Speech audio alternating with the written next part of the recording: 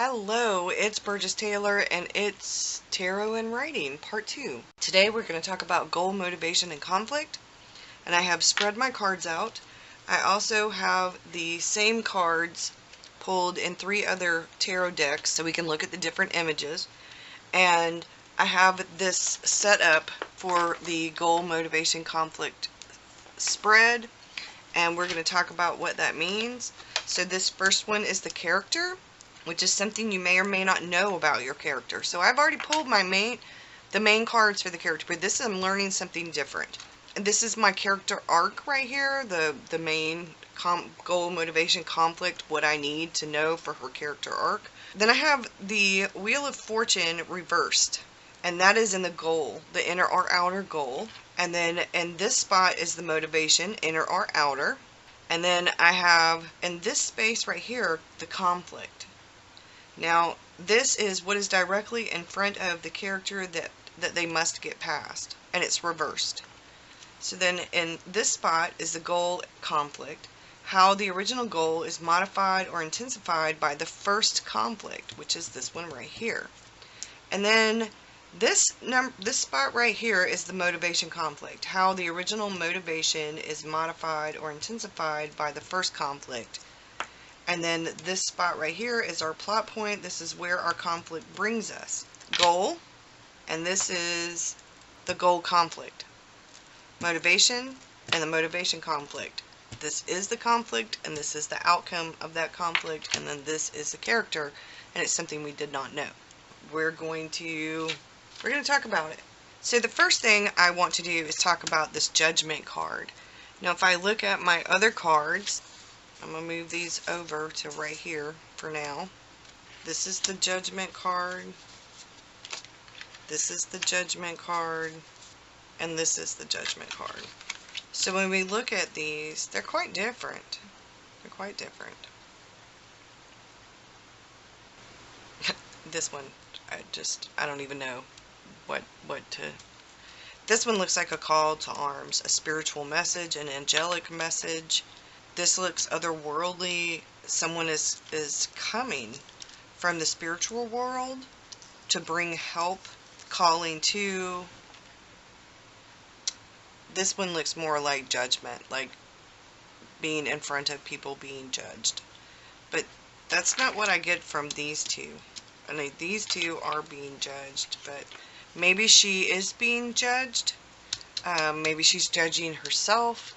Maybe she's getting a spiritual message and she's not trusting her own judgment, so she is not answering it, which makes sense because that would be where my novel was originally going to open with, kind of. So we have a good thing right there.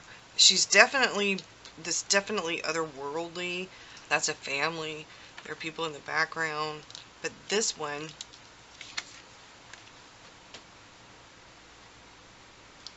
that looks like an angel, a smaller version of that, blowing the horn like that. So it's the call, and then this is rising up. So let's look at Judgment. Judgment, according to Ara, means awakening, renewal, resurrection, transformation, karma, astrological correspondence. Judgment might represent an undertaker or contest judge. Ascending another plane or existence. What call do I need to listen to? Who am I judging? Why am I being judged? What do you think the open graves represent? What are the other symbols? She's being visited by the spiritual realm. She's receiving a message. And then this, most definitely, you know, the dead don't stay dead is what it says. Even in everyday life, old ideas we thought were dead, buried, have a way of rising up to haunt us. Then the Judgment card makes an appearance in your writing. It may be time to breathe new life into an old idea or something you thought was dead and gone. However, for me, it's a calling that's loud enough to wake the dead, but it is a visit from the dead. The angel of judgment is the Archangel Gabriel, who first revealed that Elizabeth and her cousin, the Virgin Mary, would bear children. Elizabeth would give birth to John the Baptist, who in turn herald the arrival of Christ. According to the Bible, Gabriel will also be the angel who blows the horn announcing Judgment Day. So in a way, I think what we're talking about here, we're going to see in just a moment with the Wheel of Fortune. So I'm going to move these cards. So with the Wheel of Fortune being reversed, and that being her goal, it's an inner or outer goal, I'm going to tell you what the Wheel of Fortune symbolizes. It's a fortune card, but reversed, it's bad luck, instant karma, standstill, a delay. It's a destiny card, a chance card, a success card, a cycle, the wheel of life, the wheel of the year. We have the 4 elements. We have a lot of astrological stuff. It's the 3 fates spin the wheel of fortune for everyone. So we're going to determine the lifespan of this character by that, or something that changes something changes in her lifespan. It could be an unexpected reversal of fortune. It could be a prophet, a fortune teller, a change of seasons, or a change of heart. So I think I've been really set on getting out of the witchy business, being a success all on her own, having good fortune all on her own. She gets this visit, and it changes her, makes her think. So we're going to have conflict because she's going to be torn. Okay, so now we get to the inciting incident, and I can show you the Wheel of Fortune and the rest of the cards. So we have the wheel, like, okay, let's move this to there. We'll move this here. That's the Wheel of Fortune. Nope. That's the Wheel of Fortune. Fortune. And Fortune. She's juggling a bunch of cards. Looks like a hula hoop of cards. Here she's weaving. Oh, it's operating a loom. Here we have the eagle, and we have the other elements like in this. You have the same symbols for the most part. I don't know about that one, but it does have a wheel right there. And so I'm looking back here. There are people watching over. People watching over as she works. As she works. Her ancestors, her descendants, these could be the spirits, like I said. The next card is the Strength card. And the Strength card is in the position of motivation. And in all but one of these, we have a lion, and this one we have a dragon. But this is the Wizard's Tarot, so the dragon makes sense. She's comforting the lion. The lion is just right on the back of the lion here. Let's go to Strength. And let's see what it says there. Fortitude is one of the 4 cardinal virtues. The Strength card signifies bravery, self-discipline, determination, and force in a story reading. Strength may represent a pet owner, animal lover, animal trainer. Is she closing the mouth or forcing it open? It symbolizes humanity's animal nature, or wild, untamed instincts and desires. So her destiny is for her not to be so mundane. She's a magical creature, and she needs to, so her motivation, inner or outer, she's been struggling with this. She needs to have some strength, power, energy, force, fortitude, self-control, restraints, courage, and fear are the words that come to mind with these cards. So I'm still thinking, because I'm putting all of this together. So then we get to the High Priestess. She was reversed as well. When we're looking at the High Priestess, I like this image right here. She is her mirrored image of herself, and this right here makes sense, the conflict. What is directly in front of the character that they must get past? Her own self. Her own self. Her fears. She needs to be strong. That's the Strength card. The Judgment. She needs to quit judging herself based on these ideas of herself that she has, and the witchy business and everything. And here, look at this. Isn't this gorgeous? This is gorgeous too. So we're going to go to the High Priestess. because I'm pretty sure that what she needs to get past is herself. That is the original conflict, is herself. She's standing in her own way. So the key words for this is intuition, psychic ability, spirituality, wisdom, depth, tenacity, revelation, secrets, mystery, the unrevealed future. Surface knowledge is the reversal, but to me, I don't think that's the truth. This is the reversal. The intuition and the psychic ability and the spirituality, the reverse of that would be the mundane world. And she's been fighting herself, and that mundane world is the conflict. She's got to get out of it. Her inciting incident is to get past that.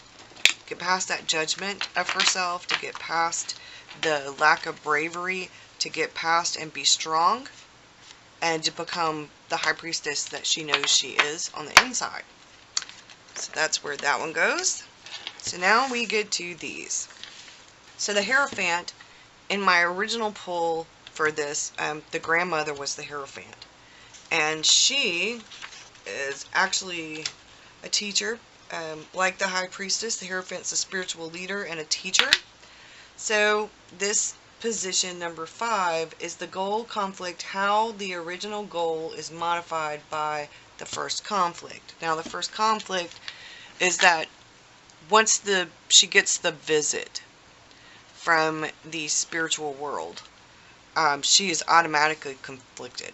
She knows she's got to go back home. She knows she's got to face everybody. She knows there's going to be judgment. She knows that this is going to take a really brave front, because her grandmother has died, and her grandmother's visit from the spiritual realm to her has put her in her tracks, put her in her place, and put her on her tracks, put her on her path. So she's got to do. So let's see what it says for the Hierophant, because the Hierophant is, like I said, a spiritual leader, a teacher. He represents wisdom. He's rooted in the precepts of it's more of, definitely more of a philosophy and a way of life for this. For the grandmother, it's definitely, she's born into this. It's her way of life. It's not a religion. It's just her life. This is what she is, who she is, how she is. She is the grandmother is an authoritative person. And now that she's dead, my main character is next in line to be the leader, the spiritual leader, the teacher, the high priestess. With this card, we get education, knowledge, structure, discipline, obedience, blessings, alliances, mercy, inspiration, a blessing or curse, a sacred promise, obligation, or vow, and that would be that right there. So the original thing, what she's got here is she's got a vow to her grandmother, and we can look at these other cards and see what the Hierophant looks like. There's the Hierophant in this one. Here's the Hierophant in that one, and here's the Hierophant in the other one. So we're going to look at the images. The ruler of these animals. He is the centaur, I believe. That one's really pretty. Definitely a figure of authority in every single one of these. This looks more teacher mode. This looks more philosopher mode. This looks more authority mode. This looks more, I'm gonna kick your ass, kind of, or I'm the ruler. I'm not sure. Maybe that's supposed to be discipline. I don't know. I'm not gonna look through the book because this deck is kind of weird, but I like some of the images. So I'm gonna go with that one. And then in number 6 is the motivation conflict. So it's how it's modified or intense by the first conflict. So the death card. The grandmother's death really puts her in a predicament. It changes everything about her life, about everything. It changes everything. So we're going to look at the death card.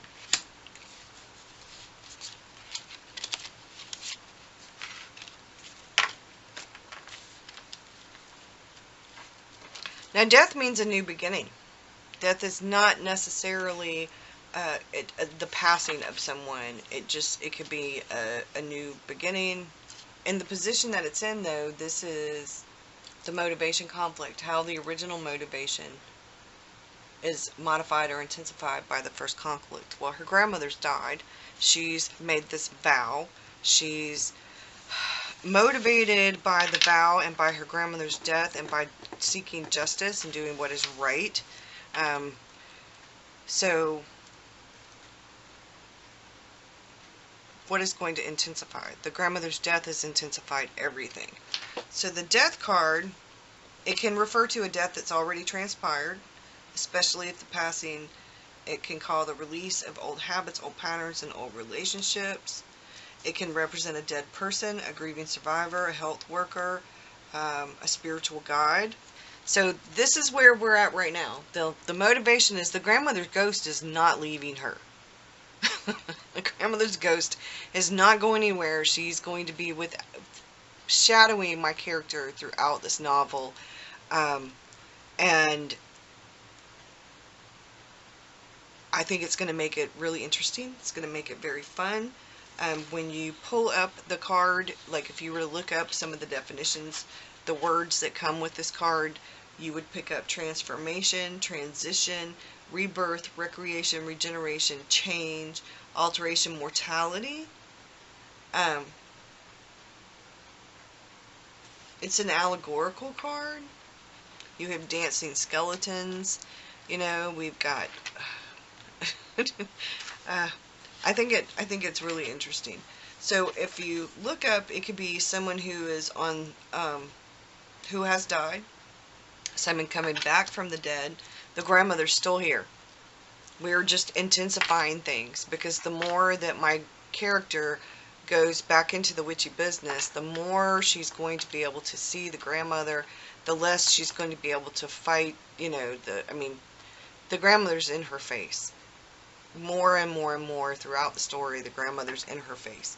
So she's got this communication, you know, the grandmother's the ghost, and I think that's just going to be intensified.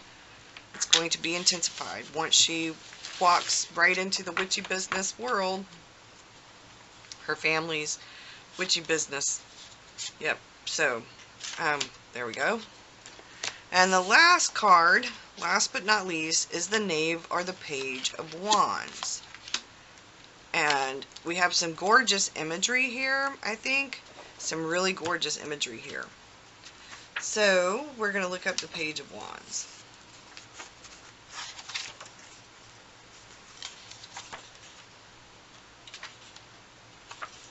So the Page of Wands is a real fireball. So this is the plot point where our conflict brings us. A real fireball. Fire in human form. The Page of Wands is daring and courageous, filled with energy, ambition, and drive, impulsive, quick to react to any stimulus or provocation, quick to jump to conclusions, quick to fall in love, and equally quick to lash out in anger. The Page or Knave of Wands can be warm and passionate.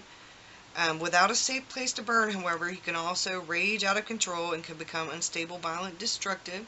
One of the things for this card is a spiritual lesson, a spiritual message. It's a youthful person. She's gone back to being a student. And we're going to pull cards again later throughout, because she's got an arc she has to go through. And this, she is a student. Even though she was extremely powerful as a child, even though as a teenager she was extremely powerful, she quit studying when she left home to go to college. She did not complete her training, and so she's still a student. But she's going to be taking over the role of high priestess, of leader and authority figure, but she is immature. She's a spitfire. She's got a lot to learn. She is in no way, shape, or form a perfect character. She's in no way, shape, or form ready for all the responsibilities she's going to have. She's going to make a lot of mistakes. She's going to have to learn. She is going to be rash. But I think that that's going to be a good thing, because she will not be a flat character. She will not be a flat character. She's going to go from being mundane, you know, to being this, and to needing strength and courage, to being a hellion, because she's got to fight, and she's going to be a spitfire on the outside, this brave, courageous, I can do this on the outside, but really she's still a student. So we're still going to have inner and outer. Her inner and outer are not going to quite match yet. She's going to flip, she's doing a flip and from the beginning to here, and then by the end of the story, hopefully she will have come to a better harmony within herself, so that she's not so much of a student, but she's still going to be learning. But hopefully the inner and the outer will kind of match by the end of the story, because we have quite a few other books I'm going to do. I'm going to do a book about the grandmother, and I know I'm going to do a book about her, another book about her past this point. I don't know if the grandmother is going to be the last book in the series. This series is going to end up being about 5 books. So I'm going to go, because I need to get started on all of this. I need to write down what I've done and put my stickers in my book. Yeah, I hope that y'all have a great one, and I will see you again soon with another video, and hopefully I will get that one up on Wednesday instead of late. But I'm working on it, y'all. Working on it. Thanks for watching so much. If you have any questions, please let me know. I will try to leave a link to all of the things that I've mentioned in here that are available. The Wizard's Tarot, this one is available, but it is now really expensive. Like I said, I hope you have a good one, and thanks for watching. Bye, y'all.